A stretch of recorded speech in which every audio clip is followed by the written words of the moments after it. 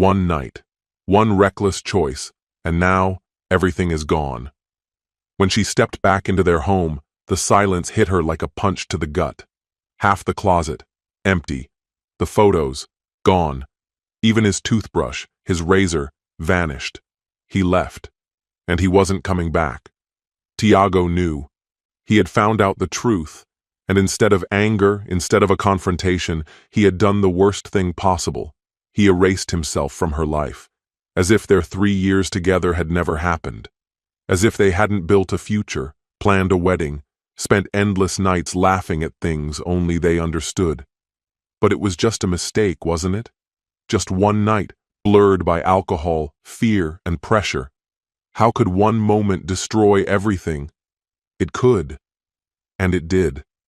Now she's left with nothing but the realization that this ending was entirely her choice.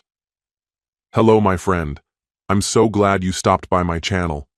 If it's your first time here, don't forget to subscribe and like this video, as every like truly inspires me. Now, let's get started.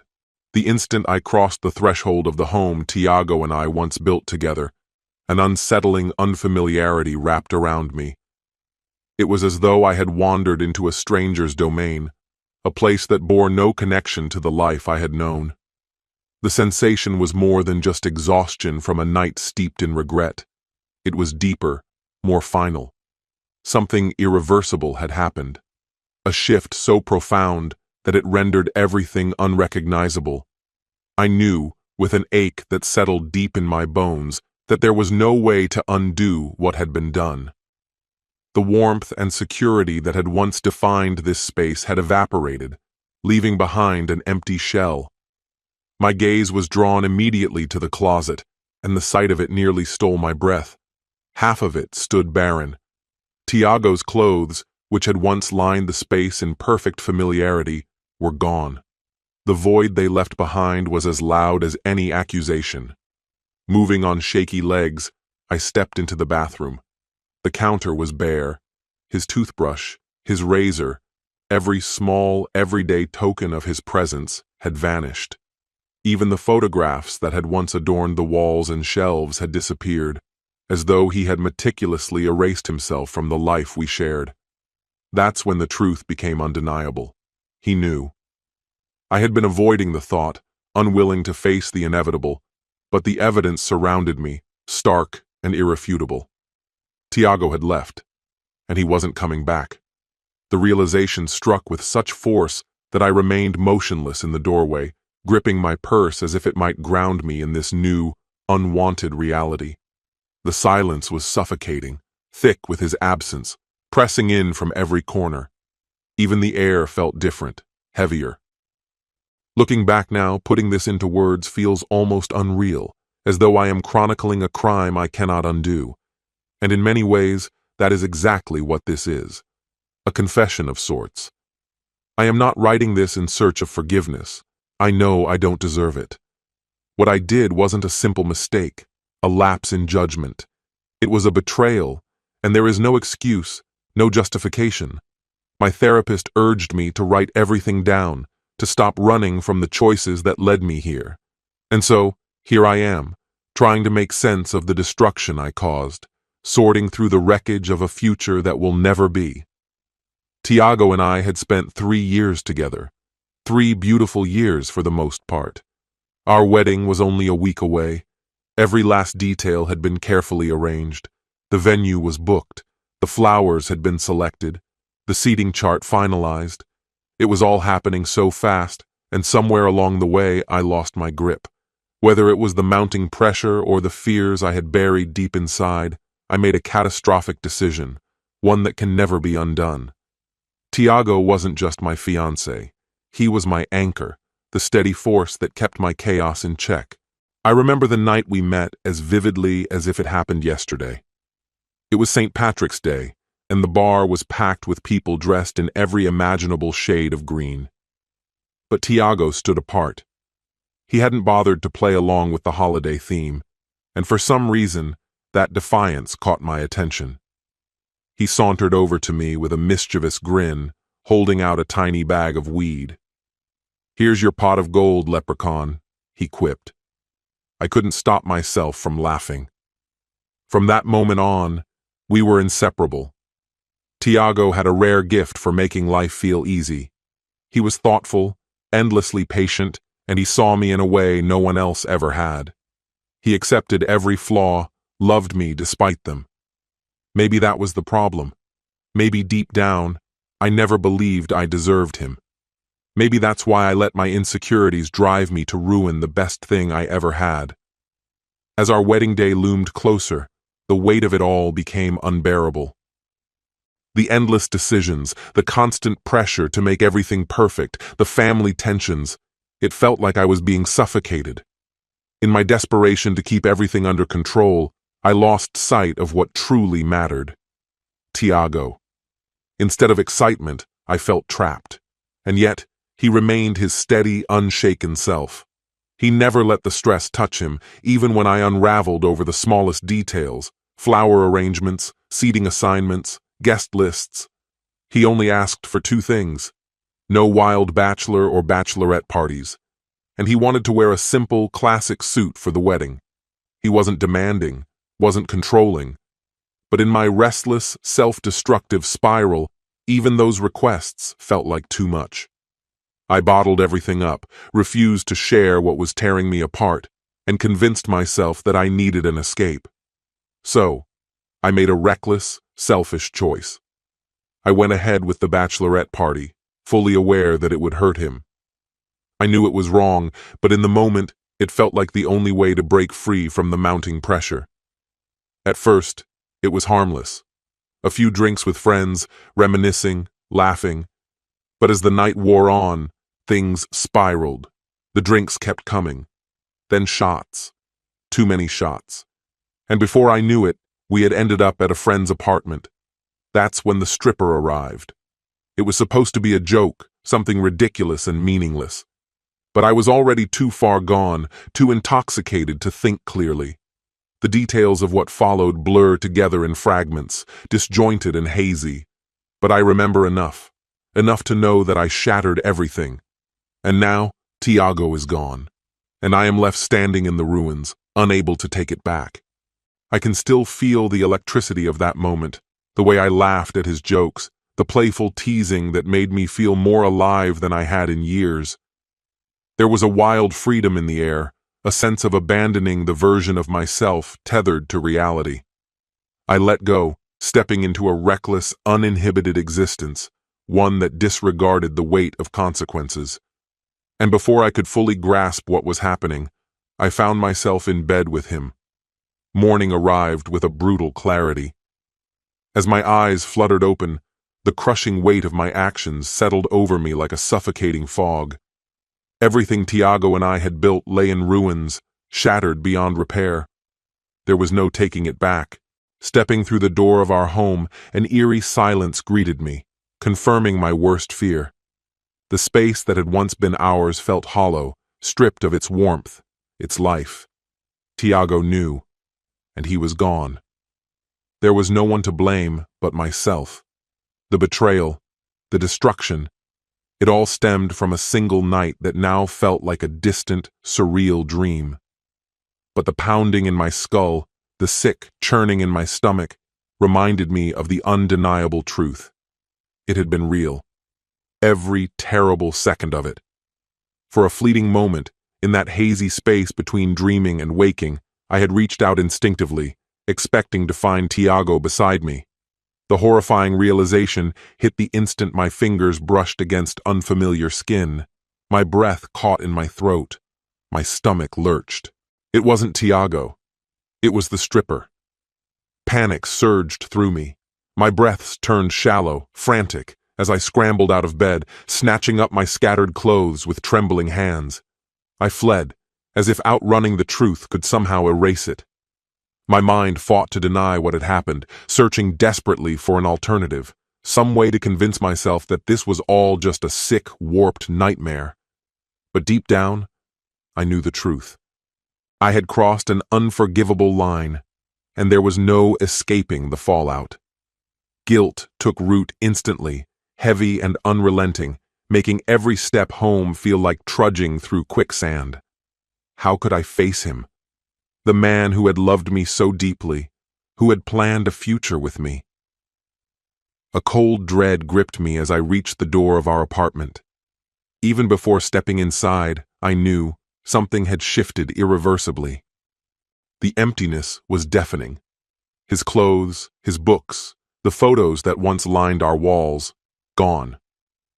I moved through each room in a daze, searching for some sign that this was just a misunderstanding, that he had left temporarily rather than permanently. But the stark vacancy told me the truth I refused to accept. Tiago had left me. Then I saw it.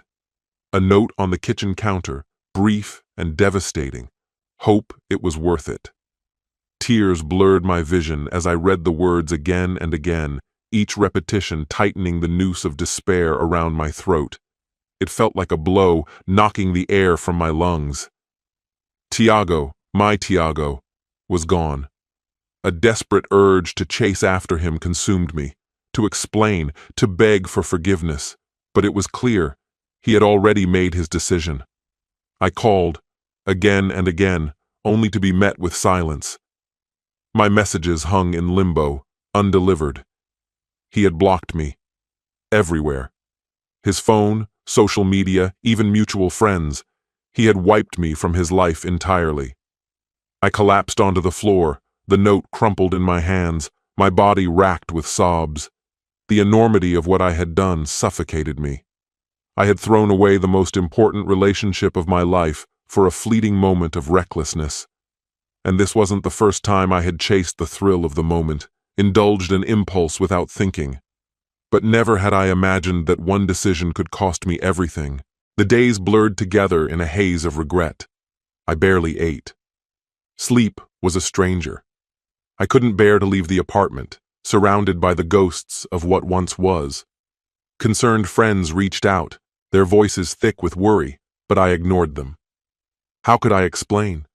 How could I admit that I had betrayed the man who had been planning to marry me just days before our wedding? Regret clung to me like a second skin, relentless and unyielding. I replayed that night over and over, grasping for a way to undo it, to rewrite the past. But reality was merciless, reminding me at every turn that the damage was permanent. Weeks passed in a fog of loneliness. The apartment felt cavernous without him. Every empty space screamed his absence, and I had no one to blame but myself. I spent my days curled up on the same couch where we once dreamed aloud about our future. I wished for a miracle, that he would walk through the door, that we could somehow rewind time. But miracles didn't exist. Then, one evening, as the weight of the night pressed down on me, my phone vibrated. A message. From Kevin, Tiago's best friend. I hesitated before opening it. I had tried reaching out to him before, only to be met with the same cold silence as Tiago. My fingers trembled as I tapped the screen, bracing for another wave of rejection. But the words that stared back at me felt like a slap to the face. Tiago's moved on. He belonged to someone else now. He had found happiness. It was time to accept that. The realization struck with the force of a sudden impact, leaving me breathless. This was the end. The fragile hope I had clung to, the notion that maybe someday I could make things right, shattered in an instant. A wave of nausea swept over me as my fingers trembled around my phone. Deep down, I had always feared this moment, had sensed that Tiago had moved on. But hearing Kevin confirm it so bluntly made it undeniable. The truth was merciless. I called Kevin, desperate for more details, but he never answered. My messages, demanding clarity, were ignored. I was left with nothing but the inescapable certainty that Tiago, the man who had once loved me without hesitation, had found someone new. And I had no one to blame but myself. My reckless choices had destroyed everything. The days blurred together as I withdrew, shutting out the world, avoiding texts, avoiding life. I couldn't face my friends. I couldn't face my family. Most of all, I couldn't face myself. Then, nearly a month after he had walked away, a knock on my door shattered the silence. My heart pounded. I wasn't expecting anyone. Anxiety and hope warred within me as I reached for the handle. And there he was. Tiago stood before me, transformed, stronger, more assured, at peace. The last time I had seen him, he had been raw, broken, furious, drowning in the pain I had inflicted. That version of him was gone. The man before me had healed. He remained silent for a moment, his expression unreadable, his gaze steady. Then, at last, he spoke. "We need to talk." A lump formed in my throat. I stepped aside, my pulse erratic as I let him in. "Tiago, I don't even know where to begin. I tried to reach you. I'm so sorry." He nodded, his face giving nothing away. "I know you are," he said, his voice calm, measured. "But that doesn't change anything. It's over. I've moved on." The finality in his words sliced through me. I wanted to plead, to beg, but my mouth refused to form the words. I had broken something that could never be mended, and now I was forced to live with that truth. Tiago exhaled slowly, choosing his words with care. "I've spent a lot of time thinking," he said. "When I walked away, I thought I was the one leaving, but I see it differently now." He hesitated, then delivered the blow. "You walked away first." The weight of his words crushed me. I had walked away the moment I betrayed him, but hearing it said aloud made it irrefutable. "I gave you everything," he continued, his voice steady but resolute. "And you threw it away? For what? A fleeting moment of selfishness? A decision that destroyed everything? It wasn't just betrayal. You abandoned me." I swallowed hard, my throat thick with shame. I wanted to tell him it hadn't meant anything, that I never intended to hurt him, but no explanation could undo what I had done. Tiago inhaled deeply, his expression unwavering. "I'm done. Done with this. Done with you." I opened my mouth, but he lifted a hand, silencing me. "Don't apologize again," he said, his voice firm. "I'm not here for closure. I'm not here for forgiveness. I came because I finally understand something." My breath caught, dreading what was coming next. "What you did to me." He paused, then met my gaze with quiet certainty. It was the best thing that ever happened to me. My stomach twisted. "What? What are you saying?" His expression remained unchanged.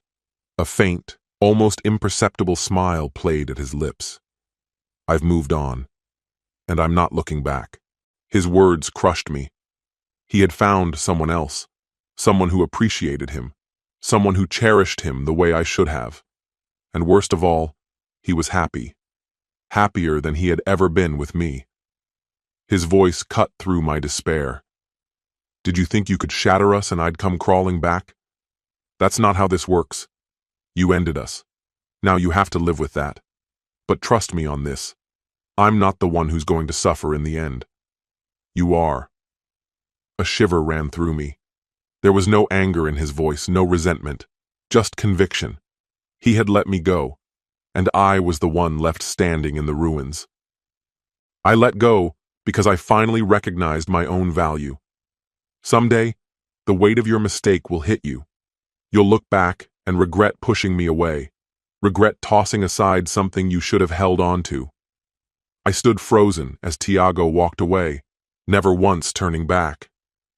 The sound of the door closing behind him echoed through the empty space, sealing my solitude. His final words played on a relentless loop in my mind, and as the days stretched on, the gravity of my decision settled over me like an unbearable weight. I told myself to move on, to let go of the guilt, but it clung to me like a shadow I couldn't escape. No matter how much I tried to justify my choices, deep down, I knew the truth. Tiago had been right.